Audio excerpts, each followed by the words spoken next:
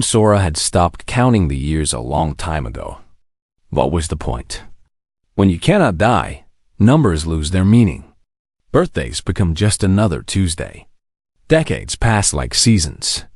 Centuries blur together like pages in a book you have read too many times. She remembered the exact moment she realized she was different. It was 1623, and a fever swept through her village. Everyone she knew died within weeks. Her mother, her father, her younger brother who used to follow her everywhere. Sora got sick too. She felt the burning in her chest. She felt her body giving up. She closed her eyes and waited for death to take her. But death never came. She woke up 3 days later in a pile of bodies. Alone, confused, terrified, and completely, impossibly healthy. That was over 400 years ago. Since then, Sora had learned the truth about herself. She could not age. She could not die. Wounds healed within hours. Diseases passed through her body like water through a net. She had survived wars, famines, and disasters that killed millions. She had watched the world change from horses to cars to planes to smartphones. And through all of it, she remained exactly the same. A woman frozen at 27 years old. Forever. Most people would call that a gift. Sora knew better. Immortality was not a blessing. It was a curse wrapped in pretty paper. Because the hardest part of living forever was not the loneliness. It was the love. Every person she ever cared about grew old and died while she stayed young. Every friend, every lover, every child she helped raise. She buried them all, and each time, a piece of her heart turned to stone. After a while, she stopped trying. She stopped making friends. She stopped falling in love. She stopped caring about anyone except herself. It was the only way to survive. Now she lived in Seoul, working as a night librarian at a small university. It was the perfect job for someone who wanted to disappear. The library was quiet after midnight. Students rarely came. Professors had better things to do. Sora spent her nights organizing old books, reading forgotten stories, and pretending she was just another ordinary woman living an ordinary life. She had gotten very good at pretending. The rain started around 11 that night. Sora heard it drumming against the windows while she sorted through a box of donated books. The sound was peaceful, familiar. She had heard rain like this 1,000 times before. In different cities, in different centuries. Some things never changed.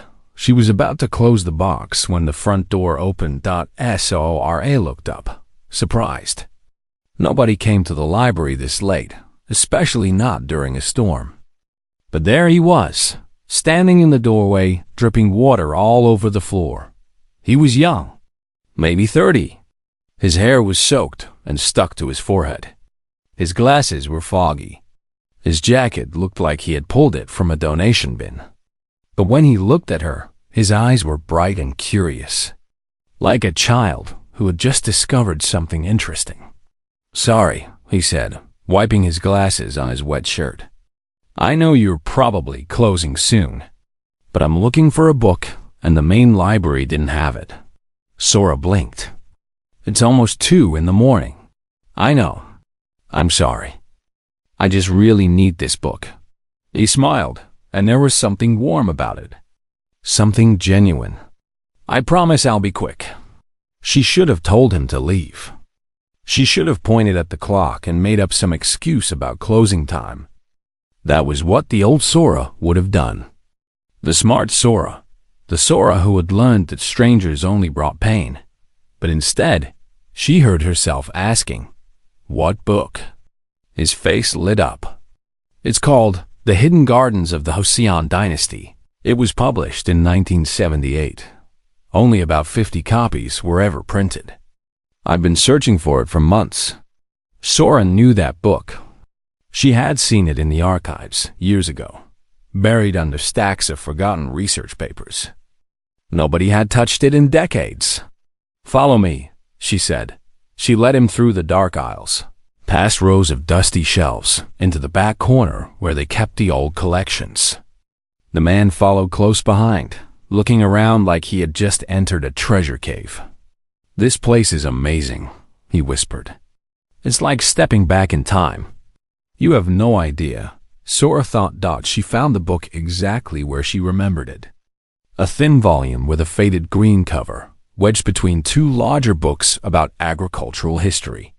She pulled it out and handed it to him. The man stared at it like she had just given him gold.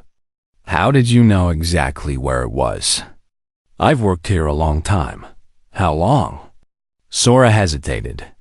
It was a simple question, but something about the way he asked, it made her careful. "Long enough," she said. He nodded, accepting the answer. Then he looked at her, really looked at her, and said something that caught her off guard. "You have sad eyes." Sora felt her chest tighten. "What?" "Sorry. That was weird to say. It's just, you look like someone who has seen a lot of things. More than most people." He shook his head. "Ignore me. I've been awake for 30 hours. I say stupid things when I'm tired." He thanked her, checked out the book, and walked back into the rain. Sora stood by the window and watched him go. His figure grew smaller and smaller until the darkness swallowed him completely. And even then, she kept watching, kept thinking about what he had said. "You have sad eyes." Nobody had said anything like that to her in over a century. Most people looked right through her. She had made herself invisible on purpose. But this stranger, this wet, awkward man searching for a forgotten book at 2 a.m, had somehow seen something that everyone else missed. It scared her. She locked the door, turned off the lights, and told herself to forget about him. He was just a random person. A brief moment in an endless life. Tomorrow she would not even remember his face. But that night, for the first time in years, Sora dreamed about something other than the past. She dreamed about curious eyes and a warm smile and a voice asking questions she did not know how to answer. And when she woke up, she realized she was already hoping he would come back. That was the moment she should have run. She had lived long enough to recognize danger when it appeared. And this man, whoever he was the most dangerous thing she had encountered in centuries, because he made her feel something. And feeling things was exactly what she had promised herself she would never do again. His name was Kang Jung-ho, and he taught history at the university. Sora learned this 3 days later when he walked into the library again. This time, without the rain and without the desperate look in his eyes. He was carrying 2 cups of tea. "I wanted to thank you properly," he said, setting 1 cup on her desk, "for helping me find that book. It had exactly what I needed for my research." Sora stared at the tea like it was a bomb. When was the last time someone had brought her anything? She could not remember. "You didn't have to do that," she said. "I know, but I wanted to." He smiled that same warm smile from the other night. "I'm Jung-ho, by the way. I should have introduced myself before, but I was too tired to remember my manners." "Sora," she said, because saying nothing would have been stranger. "Sora." He repeated her name like he was tasting it. "That's beautiful. It means sky, doesn't it?" She nodded slowly. Most people did not know that. Most people did not care. Junho sat down in the chair across from her desk without asking permission. He moved like someone who was comfortable everywhere, like the whole world was his living room. It should have annoyed her. Instead, it made her curious. "So how long have you worked here?" He asked. "A few years," she lied. "Do you like it?" "Working nights, I mean. It seems lonely. I prefer quiet." "I get that. People can be exhausting." He leaned back in his chair. "But don't you ever miss having someone to talk to?" Sora picked up the tea and took a small sip. It was green tea, perfectly warm, exactly the kind she liked. Had he guessed? Or was it just a coincidence? I talk to people, she said. I'm talking to you right now. Junho laughed. It was a real laugh, not the polite kind people use when they want something. Fair point. I walked right into that one. He stayed for an hour that night. He talked about his research, about the gardens that used to exist during the Joseon period. Secret places where scholars would meet to discuss philosophy and poetry. He talked about how most of them were destroyed over the centuries, paved over to build roads and apartments. He talked like someone who genuinely loved what he did, not to impress her, but because he could not help himself. Sora found herself listening. Really listening. When was the last time someone had talked to her about something other than library cards and late fees? When he finally left, he promised to come back. She told herself she did not want him to. But when he showed up 3 nights later with another cup of tea and another hour of conversation, she did not turn him away. This became their routine. Junho would appear 2 or 3 times a week, always after midnight, always with tea. He would tell her about his day, his research, his students who drove him crazy. He asked her questions too, but they were never the dangerous kind. He did not ask about her past or her family or why she worked a job that kept her hidden from the world. He seemed to understand that some questions should wait. Instead, he asked her opinion on things. What did she think about the new coffee shop on campus? Had she read any good books lately? Did she believe in ghosts? That last question made her pause. Why do you ask? I don't know. You seem like someone who might have an interesting answer. She thought about all the graves she had visited, all the people she had lost. Were they ghosts now? Did they watch her from somewhere she could not see? I think, she said carefully, that the people we love never really leave us, even when they're gone. Junho looked at her for a long moment. There was something in his eyes that she could not read. Then he nodded and changed the subject, like he knew he had stepped too close to something private. That was the thing about Junho. He paid attention. He noticed things that other people missed. When she looked tired, he would cut his visit short and tell her to rest. When she seemed sad, he would tell her a stupid joke just to see if she would smile. He remembered that she liked green tea, not black. He remembered that she hated the smell of artificial flowers. He remembered everything that made her nervous. Being seen was dangerous. Being known was worse. She had spent centuries building walls around herself. And this ordinary man with his kind eyes and his easy laugh was walking through them like they did not exist. She started avoiding him. She switched her shifts. She hid in the archives when she heard the front door open. She told herself it was the smart thing to do, the safe thing, the thing that would save them both from pain. But Junho did not chase her. He did not demand explanations or throw tantrums about being ignored. He simply waited. He would leave notes on her desk with little drawings of cats. He would send emails asking about books he wanted to recommend.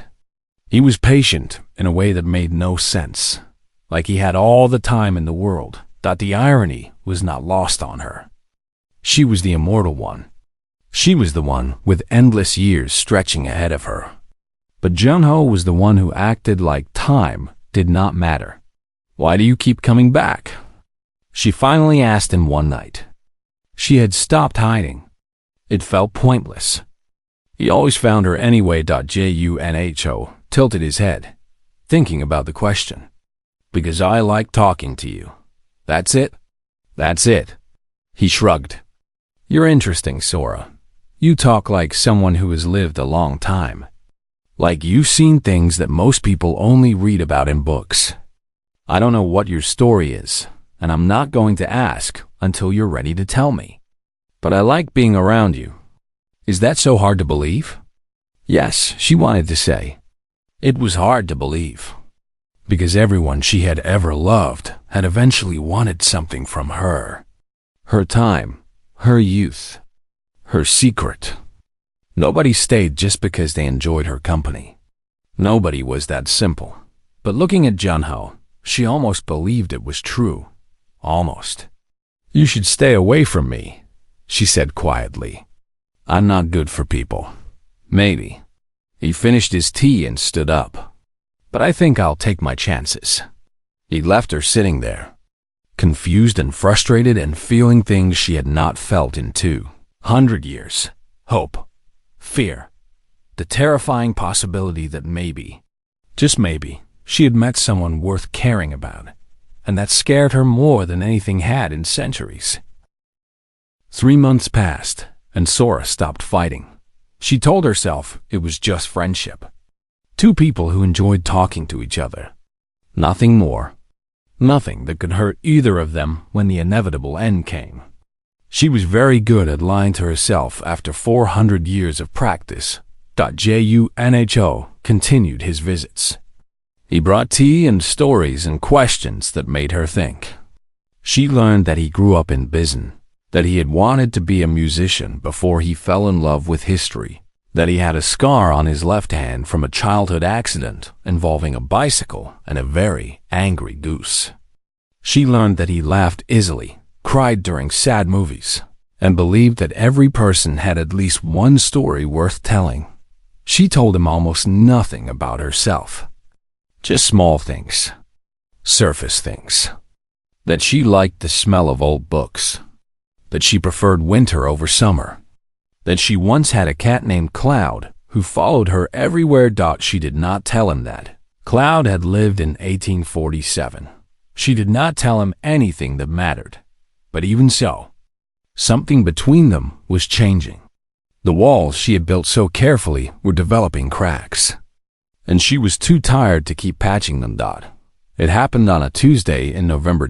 Sora was organizing the reference section when she heard footsteps. She knew it was Junho before she saw him. She had memorized the sound of his walk weeks ago. But tonight something was different. His steps were slower, heavier, like he was carrying something invisible on his shoulders.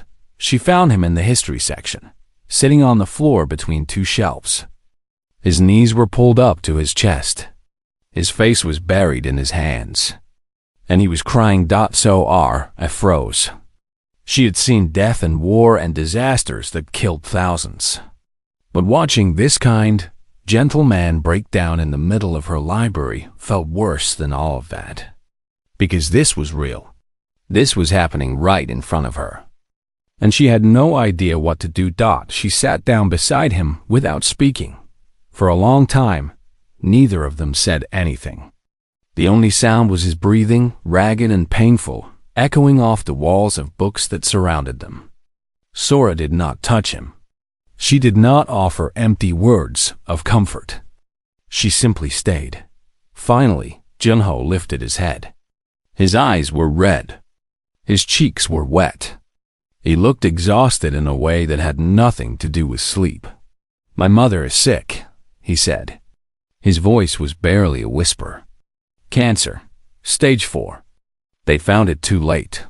Sora felt something crack inside her chest. "I'm sorry. Everyone keeps telling me it's going to be okay." He laughed, but there was no humor in it. "They keep saying things like, stay positive, and miracles happen. And she's a fighter. Like if we all just believe hard enough, the cancer will disappear." He looked at her, and there was something broken in his eyes. "You're the first person who didn't say that." Sora understood. She had watched too many people die to believe in empty promises. Hope was cruel when it was built on lies. Sometimes the kindest thing you could do was tell the truth. "How much time?" she asked quietly. "Months. Maybe a year if she's lucky." He wiped his face with his sleeve. "I keep thinking about all the things I never told her.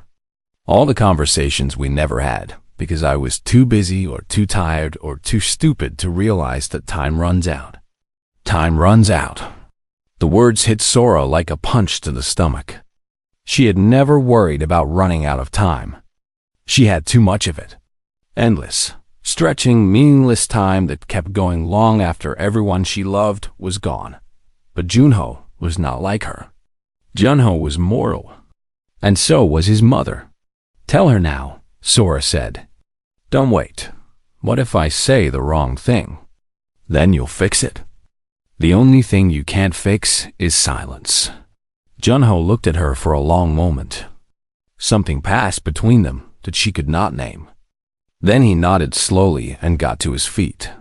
"Thank you," he said, "for not lying to me, for not trying to make it better with words that don't mean anything." Sora stood up too. "I learned a long time ago that the truth is kinder than false hope, even when it hurts." He reached out and took her hand. Just for a second. Just long enough for her to feel the warmth of his skin against hers. Then he let go and walked toward the door. "Sora," he said, stopping at the threshold. "Can I ask you something?" "Yes. You're not like anyone I've ever met. Sometimes you talk like you've lived through things that happened before either of us was born. Sometimes you look at me like you're already mourning something that hasn't happened yet." He paused. "Who are you?" The question hung in the air between them. Sora could feel her walls shaking, threatening to collapse entirely. She should lie. She should make up a story about a normal childhood and a normal life and normal human problems. That was what she had always done. But looking at Junho, standing there with his broken heart and his honest eyes, she found that she could not do it. "I'm someone who has lost a lot of people," she said finally. "Someone who knows that loving people means watching them leave. Someone who has spent a very long time trying not to feel anything because feeling things is too painful." She took a breath. "But I'm also someone who cares about you. More than I should. More than is safe for either of us." Junho did not look surprised. He did not ask what she meant by safe. He just nodded, like she had confirmed something he already suspected. "Then I guess we're both in trouble," he said softly. He left without another word. And Sora stood in the empty library, listening to the silence, feeling her carefully constructed world falling apart around her. That night, she made a choice. The kind of choice she had promised herself she would never make again. She would stop running. She would stop hiding. She would let him in, even though she knew exactly how it would end, because Junho was right. Time runs out. Even for immortals, the moments that matter are limited, and she had already wasted too many of them being afraid. Winter arrived with cold winds and gray skies, but Sora felt warmer than she had in decades. She and Junho spent more time together now, not just in the library, but outside of it too. They walked through empty parks at night when the city was quiet. They sat in small coffee shops that stayed open late. They talked about everything and nothing, the kind of conversations that meander like rivers, never really arriving anywhere, but somehow exactly where they need to be. Junho's mother was getting worse. The doctors tried different treatments, but nothing was working. He visited her every weekend in Bizan, taking the train down on Friday night and coming back Sunday evening, exhausted and sad, but never complaining. He told Sora about these trips in small pieces. The way his mother still tried to cook for him even when she could barely stand. The way she asked about his life, his work, whether he had met anyone special. "What did you tell her?" Sora asked. Junho smiled. "I told her I met someone who drinks too much tea and knows where to find every book in a library. That's all. I also told her you have sad eyes and a beautiful laugh. She wants to meet you." Sora felt her chest tighten. Meeting his mother meant becoming real. It meant becoming part of a family, part of a story that would eventually end. But looking at Junho's hopeful face, she could not say no. She took the train to Bizan with him the following weekend. Junho's mother was small and thin, weakened by the illness, but still sharp in her eyes. She held Sora's hands for a long moment when they met, studying her face like she was looking for something important. "You're very pretty," she said finally. But more than that, you're kind. I can see it. Sora did not know how to respond. She had been called many things over the centuries. Pretty, yes. Strange, definitely. But kind? She had spent so long protecting herself that she had forgotten kindness was something she was capable of. The visit was short. Junho's mothered, tired easily now. But before they left, she pulled Sora aside. "Take care of my son," she whispered. "He pretends to be strong, but he feels everything deeply. He needs someone who understands that." "I'll try," Sora promised. It was the first promise she had made to anyone in over 100 years. Things moved faster after that. Junho started spending his free nights at the library, helping Sora organize books and talking about his research. They grew comfortable with each other in a way that felt both thrilling and terrifying. He touched her arm when he wanted her attention. She learned to make him laugh with dry observations about the students who stumbled in at odd hours. They were building something together, something real, and Sora kept waiting for it to fall apart. It happened on a cold night in February. Junho was in the archives, looking for materials for a paper he was writing. Sora heard him call her name, and there was something strange in his voice. She found him standing in front of an old filing cabinet, holding a photograph. Her heart stopped. "This can't be right," Junho said slowly. He turned the photograph toward her. It showed a woman standing in the library entrance, smiling at the camera. The building looked different, older, but it was unmistakably the same place. And the woman was unmistakably Sora. The date on the back said 1952. "This is you," Junho said. It was not a question. "This is you, 70 years ago, looking exactly the same as you do right now." Sora could not move. She had been so careful. She had hidden every trace of her past, destroyed photographs, moved cities, changed names. But she had missed this one. A single picture, buried in a forgotten cabinet, waiting to expose everything. "Sora." Junho's voice was calm, but his hands were shaking. "Tell me what's going on." She could lie. She had done it before, countless times. She could make up a story about a grandmother who looked just like her, a family resemblance that was nothing more than coincidence. He might even believe her. People believed what they wanted to believe. But she was tired of lying, and she was tired of being alone.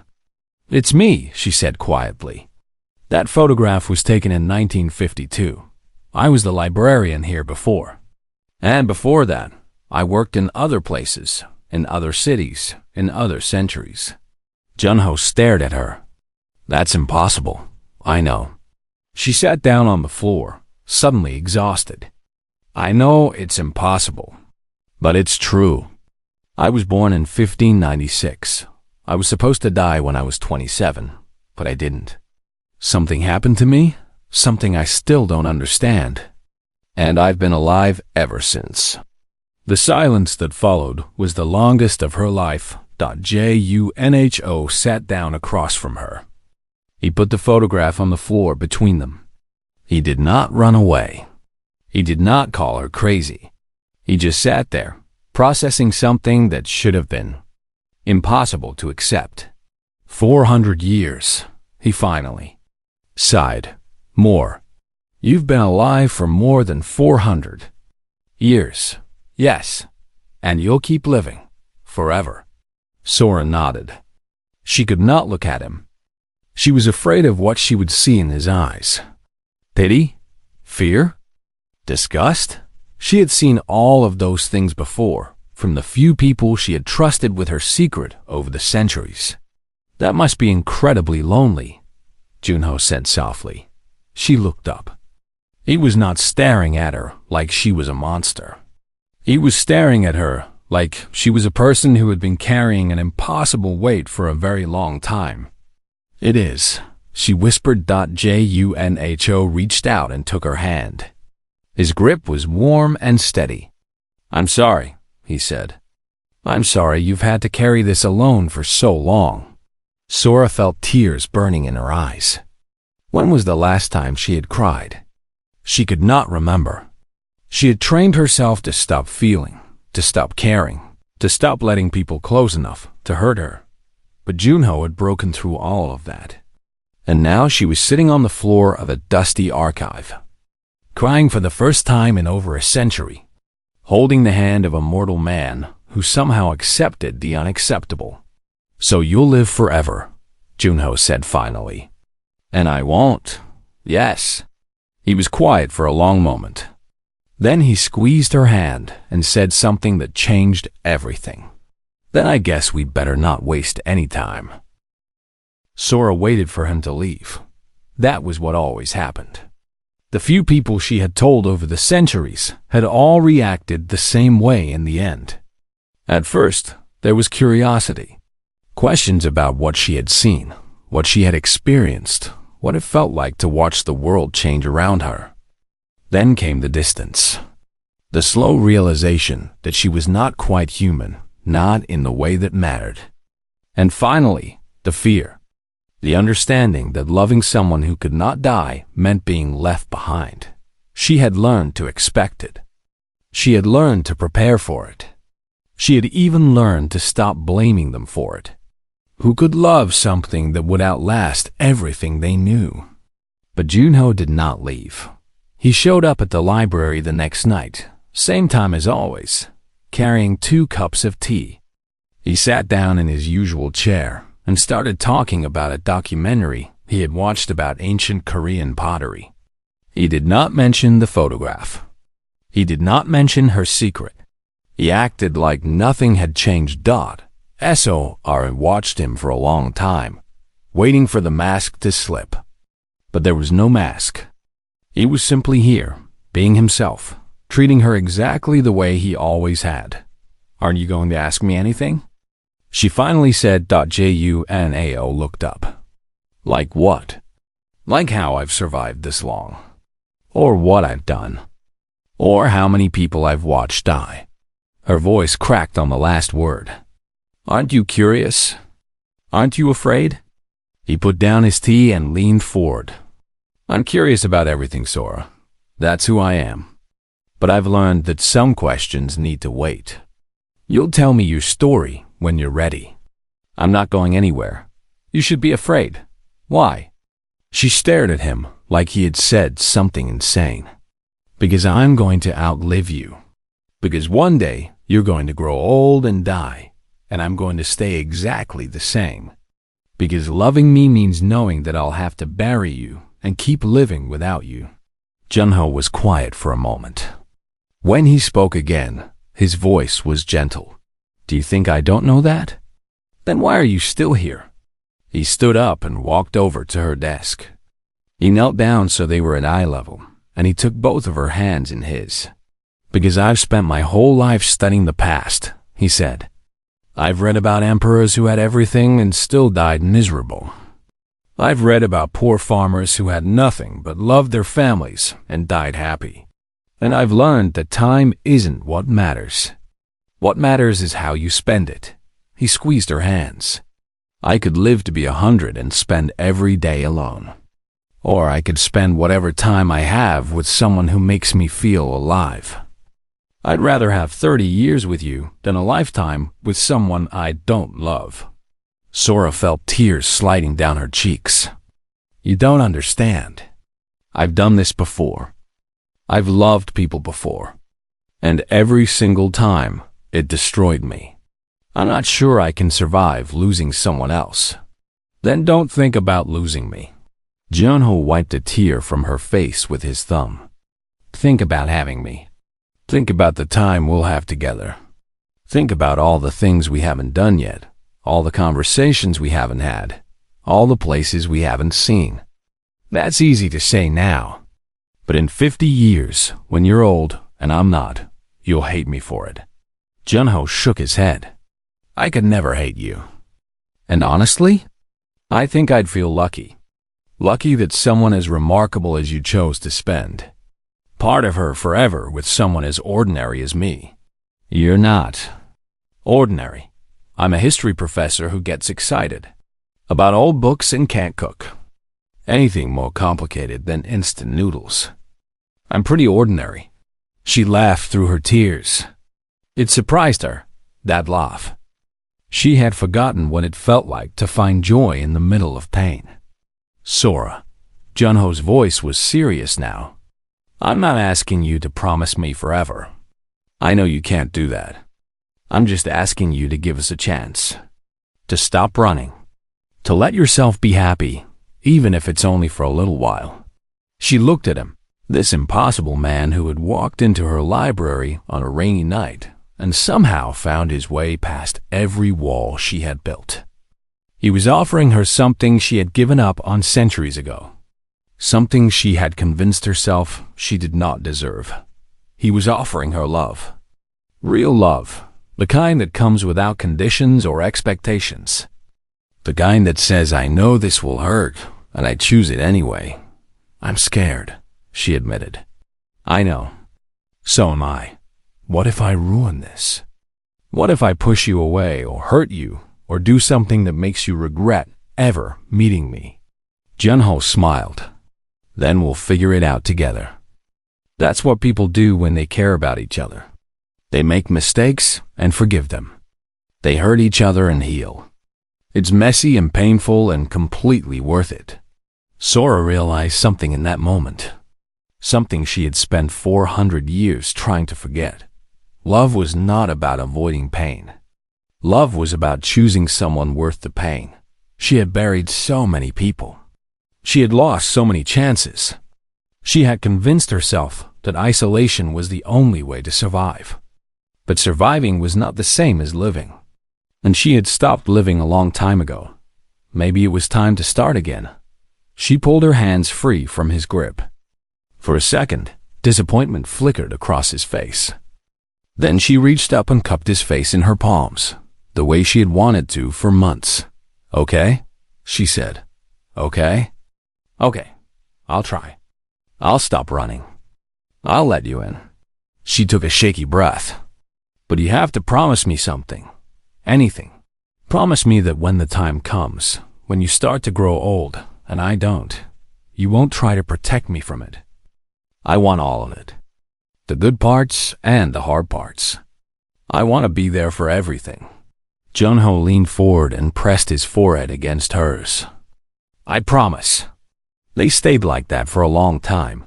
Two people in an empty library, choosing each other despite everything they knew was coming. Outside, the city went on with its noise and lights and millions of people living their ordinary lives. But inside that quiet room, something extraordinary was happening. An immortal woman was learning to love again. An immortal man was teaching her that sometimes the shortest stories are the most beautiful. It was the beginning of something neither of them could control. And for the first time in centuries, Sora was not afraid of where it would lead. They got married in the spring, when the cherry blossoms were falling like pink snow. It was a small ceremony in a garden outside Seoul. Just a few of Junho's closest friends and his mother, who had held on longer than anyone expected, as if she was waiting to see her son find happiness before she let go. Sora wore a simple white dress. Nothing fancy, nothing expensive. Junho cried when he saw her walking toward him, and later he would say it was because of the pollen in the air. But they both knew the truth. His mother hugged Sora after the ceremony. She was so thin now, so fragile, but her grip was surprisingly strong. Thank you, she whispered, for loving my son, for letting him love you. She died 3 weeks later, peacefully in her sleep, with Junho holding her hand. Sora sat beside him through the funeral, through the long nights when he could not sleep, through the grief that came in waves he could not control. She did not try to fix anything. She just stayed. That was something she had learned over the centuries. Some pain cannot be fixed. It can only be witnessed. Junho came back to himself slowly, the way people do when they lose someone they love. He started laughing again. He started working again. He started looking at the future instead of only the past. She would have liked this, he said one morning, watching the sunrise from their apartment window. She always wanted me to find someone. She used to joke that I was too picky, that I was waiting for the perfect woman. Am I perfect? Sora asked. Junho smiled. No, but you're perfect for me. The years passed faster than Sora expected. She had lived through so many years already, and most of them had blurred together into a gray fog of memories. But these years were different. These years were sharp and bright, and full of moments she knew she would carry forever. Junho got promoted to department head. He complained about the paperwork, but secretly loved the responsibility. They adopted a dog named Biscuit, a scruffy mutt from a shelter who followed Junho everywhere and snored louder than a truck. They moved to a bigger apartment with a balcony where Sora grew herbs and Junho pretended to help. They argued sometimes. About stupid things mostly. Junho left his socks on the floor. Sora forgot to turn off lights. They bickered about what to watch on television and whose turn it was to wash the dishes. Normal arguments. Ordinary arguments. The kind of arguments that only happen between people who have built a life together. Sora loved every single one of them. She had seen so much in her long existence. She had watched empires rise and fall. She had stood in the presence of kings and scholars and revolutionaries. She had witnessed moments that would fill history books for centuries, but none of it compared to watching Junho fall asleep on the couch with a book on his chest. None of it compared to the way he said her name when he came home from work, like seeing her was the best part of his day. None of it compared to the feeling of belonging somewhere, to someone, after being alone for so long. Do you ever regret it? She asked him one night. They were sitting on the balcony, watching the city lights sparkle below them. Staying with me, knowing how it's going to end? Junho thought about it for a moment. No, he said. I regret things I didn't do. I regret times I was too scared to take chances. But this is the best decision I ever made. Even knowing that I'll outlive you? He turned to look at her. Sora, I'm going to die someday. That's true whether I'm with you or not. But because of you, I'm going to die knowing that I lived. Really lived. Not everyone gets to say that. She leaned her head on his shoulder. I don't know what I did to deserve you. You showed up. You let me in. That's all anyone can do. He kissed the top of her head. And for what it's worth, I'm glad you're going to keep living after I'm gone. I like knowing that some part of me will continue in your memories. Sora felt tears prickling at her eyes. She had spent centuries avoiding attachment because she knew how much it would hurt when it ended. But she realized now that she had been looking at it wrong. The pain was real. The loss was inevitable. But the love was real too. And the love would last longer than the pain. That was the thing she had forgotten.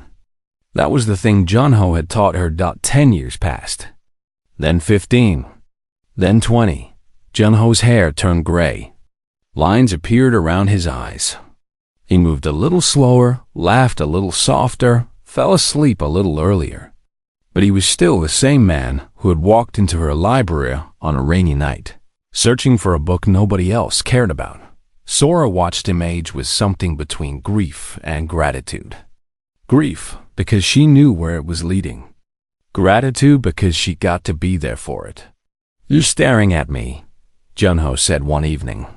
He was sitting in his favorite chair, reading a biography of some ancient general. I'm admiring you. I'm old. You're distinguished. He laughed. That's a polite way of saying old. She walked over and knelt beside his chair. Do you know what I see when I look at you? I see every moment we've shared. Every conversation, every argument, every quiet morning drinking tea together. I see the best parts of my entire existence. Junho set down his book and cupped her face in his hands. His fingers were wrinkled now, but his touch was as gentle as ever. "I love you," he said. "I've loved you from the moment you found that stupid book in the archive. And I'll love you until the very end." Sora leaned into his touch and closed her eyes.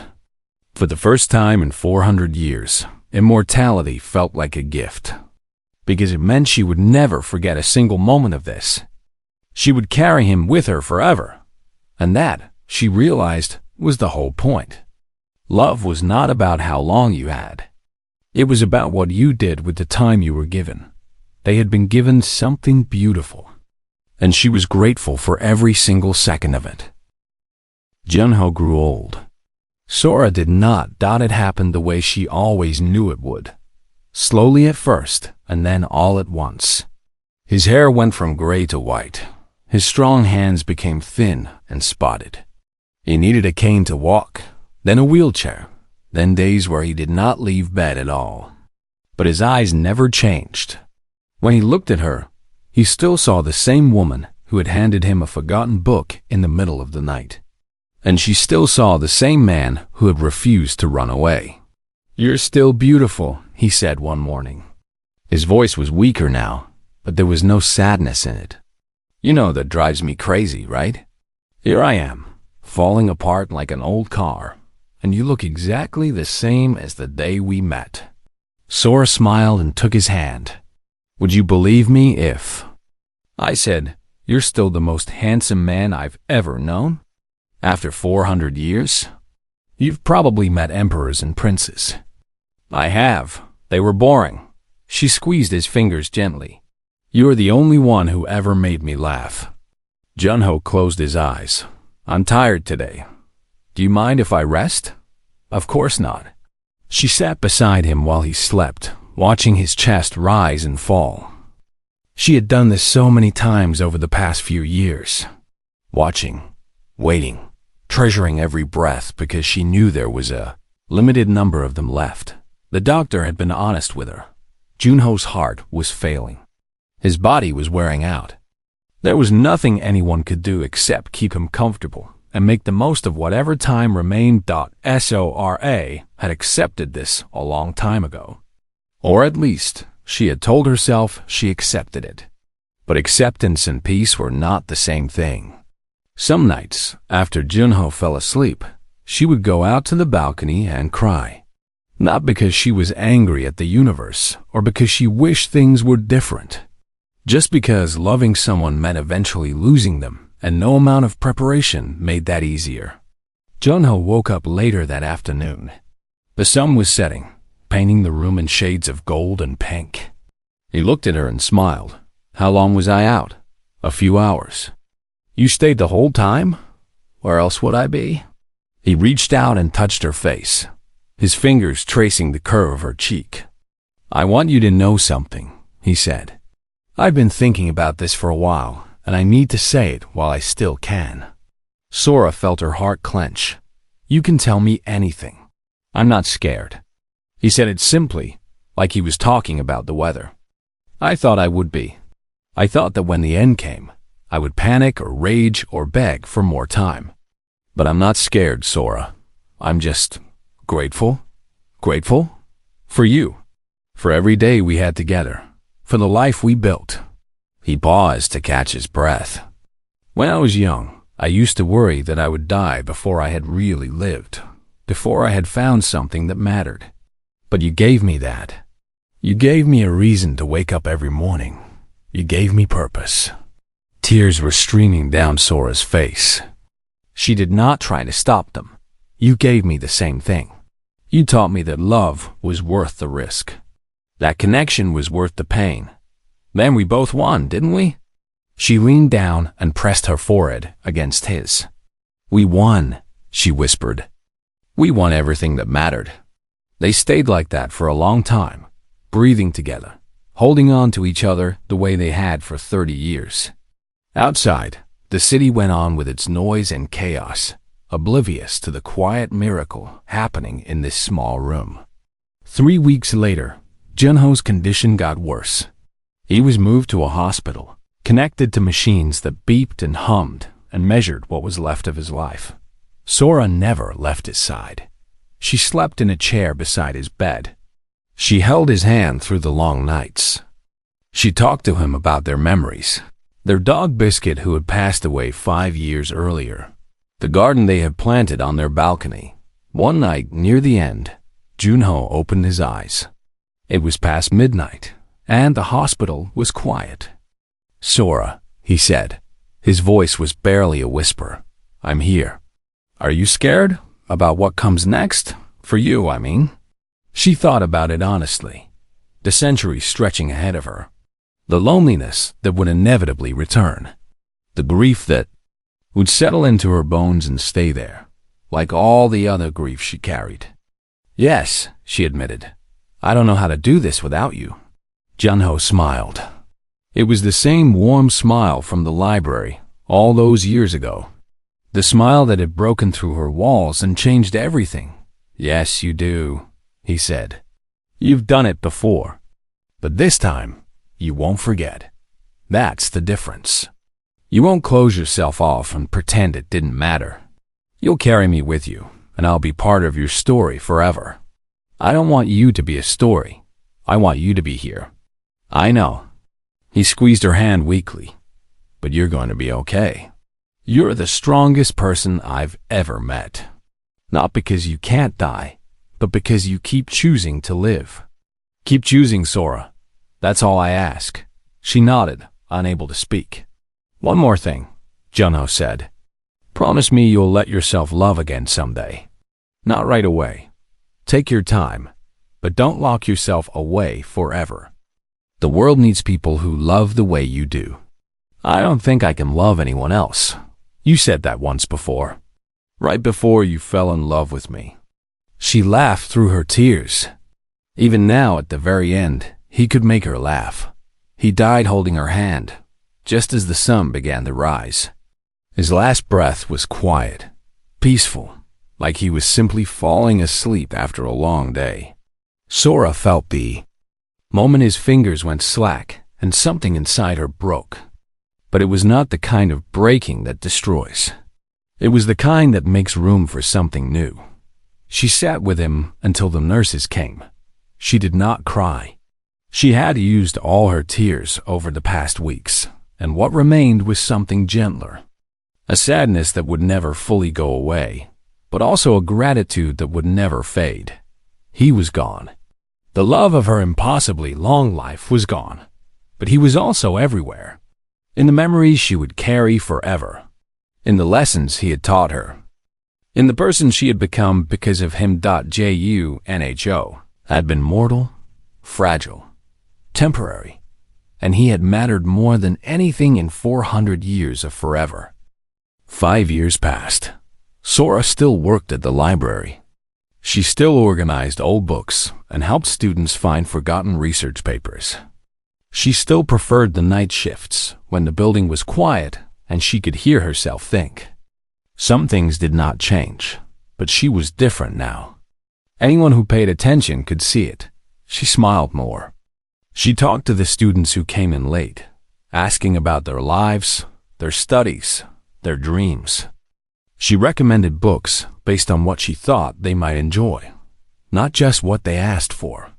She had even started a small reading group that met every Thursday night. A handful of people who loved stories as much as she did. The old Sora would never have done any of that. The old Sora would have hidden in the archives and avoided connection at all costs.